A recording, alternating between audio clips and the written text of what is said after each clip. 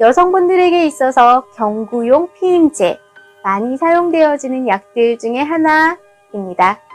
이 약이 개발되기까지는 여느 약들과 마찬가지로 참 많은 고난과 불가능해 보이는 현실들이 있었어요. 그래서 기적과 같이 우리에게 오게 된 약인데, 이 약의 뒤에는 한 여인의 집념, 그 삶이 있었습니다. 그녀의 이름은 마가렛 쌩어입니다. 피임약에 대해서 이야기하자면 낙농업 국가인 스위스까지 올라가는데요.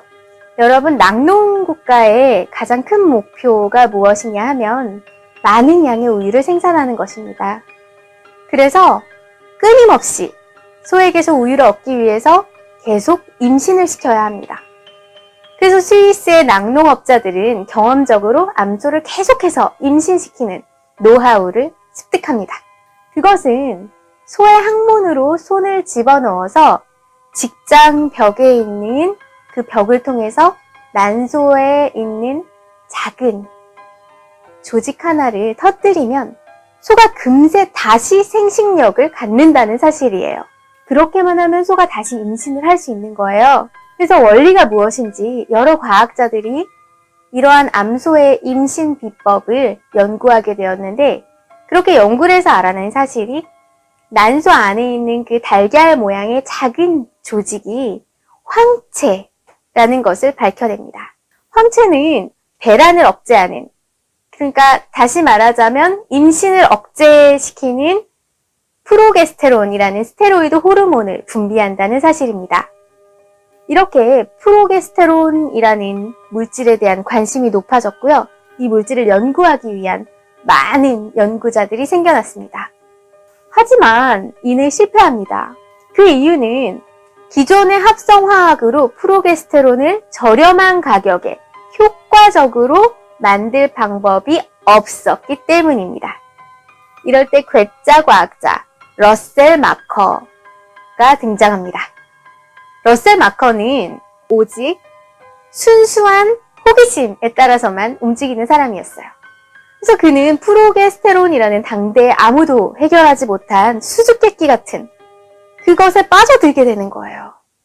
그리고 여기서 러셀 마커의 천재성 또한 가미가 됩니다. 이제 다음 타자인 그레고리 핀커스라는 과학자가 등장합니다. 그레고리 핀커스는 미국에 있는 매사추세츠 주의 케임브리지에 있는 연구자였고요. 토끼 난자를 토끼의 체외에서 수정시킨 인물이었어요. 그가 한 이 실험은 포유동물에서 최초의 시험관 수정으로 기록되고 있습니다. 하지만 그럼에도 불구하고 이 사람은 주류의 과학자가 아니었어요. 헝클어진 머리, 비뚤어진 눈썹, 그리고 짙은 색의 거친 눈은 미치광이 과학자를 연상시켰고, 그리고 그는 이민자 유대인 출신의 소외당했던 과학자였어요. 그 힘든 와중에 한 사람을 만나는데 그녀가 바로 마가렛 쌩어예요. 마가렛 쌩어에게는 아픈 가정사가 있었는데요. 그녀의 엄마는 11명의 자식을 낳았어요. 거기다가 7번의 유산을 경험했습니다. 그래서인지 아닌지는 모르겠지만 일찍 세상을 뜨게 됐어요. 그녀는 너무너무 슬픈 거예요. 엄마가 너무 일찍 세상을 떠나서. 그래서 생각을 해봤더니 엄마가 너무 많은 임신과 너무 많은 유산을 한 거예요. 그렇게 돼서 몸이 쇠약해져서 돌아가셨다는 생각을 지울 수가 없었어요. 그래서 아버지를 원망했죠. 이게 다 아버지 탓이에요. 그래서 쌩어는 무분별한 임신을 막는 것을 자신의 목표로 삼았어요.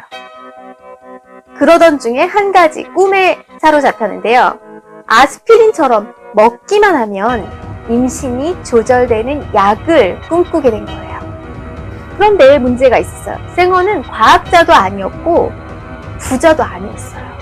그런데 무조건 이 꿈을 이루고 싶었고, 그랬기 때문에 수많은 제약회사들을 돌아다니면서 제품 개발에 대해서 설득했어요. 그런데 그 당시 미국에서 종교단체의 불매 운동을 우려한 제약회사들은 그런 약은 가능하지도 않고 출시가 된다고 해도 살리지 않을 것이라고 하며 외면했어요. 그렇게 생어의 50대, 60대, 70대가 왔어요. 이제 70대가 돼서 나이가 너무 많으니 시간이 부족할 거라고 생각했던 생어는 그래도 포기하지 않았어요. 전략을 바꿨어요. 어쩌면 과학자를 설득해서 그런 약을 혼자서 만들게 할 수 있을지도 몰라. 생어는 그 후로 정보를 수소문해서 능력이 있으면서도 이 일에 참여할 의사가 있을 것 같은 과학자를 물색하기 시작했어요. 그리고 이 두 가지 항목에 만족하는 한 사람을 찾았어요. 그가 바로 미치광이 과학자 그레고리 핑커스였던 거예요. 생어의 설명을 들은 그레고리 핑커스는 자신 있게 대답했어요. 그런 약을 개발하는 것은 충분히 가능하다. 단 대량의 연구비가 있다면. 그 당시에 핑커스와 생어에게 행운이 따랐어요. 생어에게 갑자기 부자가 되는 친구가 있었던 거죠. 그녀의 이름은 바로 레코빅입니다. 레코빅의 삶도 참 소설과 같은 삶이었어요. 레코빅은 대학에서 생물학을 전공하고 MIT를 졸업한 최초의 여성입니다. 그녀는 인터내셔널 하비스터 컴퍼니에 막대한 부를 물려받을 스탠리 맥코빅이라는 활기차고 멋진 젊은이와 결혼을 했습니다. 그러나 곧 그들을 둘러싼 행복이 무너져 내리기 시작했어요. 남편이 20대 초반에 조현병을 앓기 시작한 거예요. 얼마 뒤에는 정신이 나가버렸어요.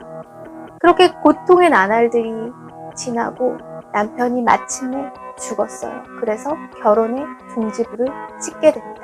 남편은 죽을 때 유언을 남겼어요. 3억 5천만 달러에 달하는 남편의 전 재산을 캐서린 덱스터 맥코빅에게 물려주라고 한 거죠. 그래서 캐서린 덱스터 맥코빅은 순식간에 부자가 된 거예요. 그리고 그녀는 마가리 생어의 친구였죠. 이제 두 가지가 충족이 된 거예요. 유능한 과학자와 연구비. 당시에 경구용 피임제에 대한 해답이 이미 나와 있었어요.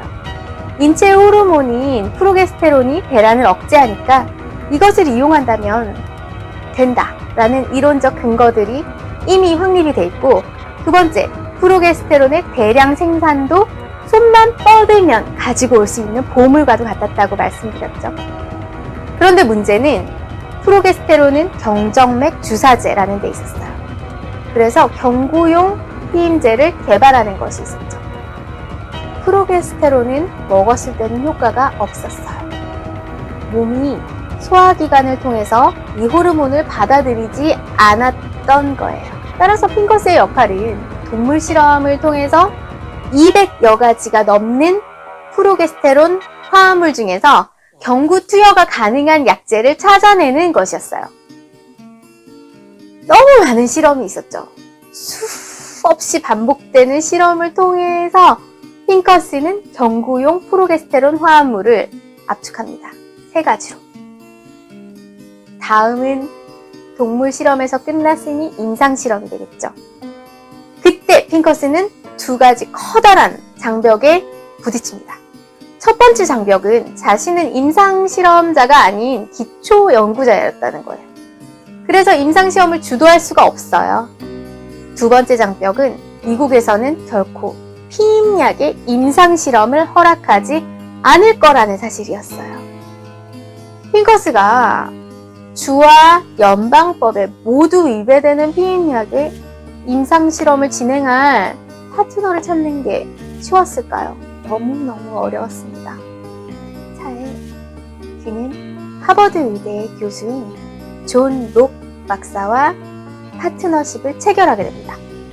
존 록 박사는 가톨릭 신자였어요.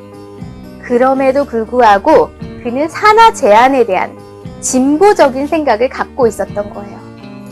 근데 두 번째 장벽이 있었죠. 핑커스와 존 록은 임상실험을 미국에서 할 수가 없었어요. 그래서 고민을 하다가 푸에르토리코에서 실행을 해보자 그렇게 돼서 그 나라에 가서 시행을 하게 됐어요. 그리고 임상시험의 결과는 성공적이었습니다. 그 알약을 적절히 먹기만 하면 100% 효과가 있었던 거예요. 핑커스는 이 약재를 시얼이라는 제약회사에 판매를 의뢰했고요. 시얼에서는 화학식을 조금 조정해서 부작용을 줄인 뒤에 에노비드라는 이름으로 제품을 만들고 FDA의 승인을 받았습니다. 에노비드 출시 이후 2년 만에 120만 명의 미국 여성이 그 알약을 복용했습니다. 1965년에 이 수치는 500만 명으로 올라갔어요. 1960년대 말에 이르자 대형 제약회사 7곳이 경구용 피임제를 생산했고 세계적으로는 1200만 명이 넘는 여성이 그 알약을 복용하게 되었습니다. 오늘날에는 매년 1억 5천만 건이 넘는 그 알약의 처방이 이루어지고 있습니다. 여러분 요즘 참 힘든 일들이 많으시죠? 여러 가지 극복해야 될 산들도 많습니다. 그렇지만 이런 시기에 이 마가렛 쌩어의 이 열정의 힘, 그리고 난관을 극복해가는 그 의지를 교훈 삼으셔서 여러 가지 힘든 일을 잘 이겨내시는 여러분이 되기를 바라겠습니다. 감사합니다.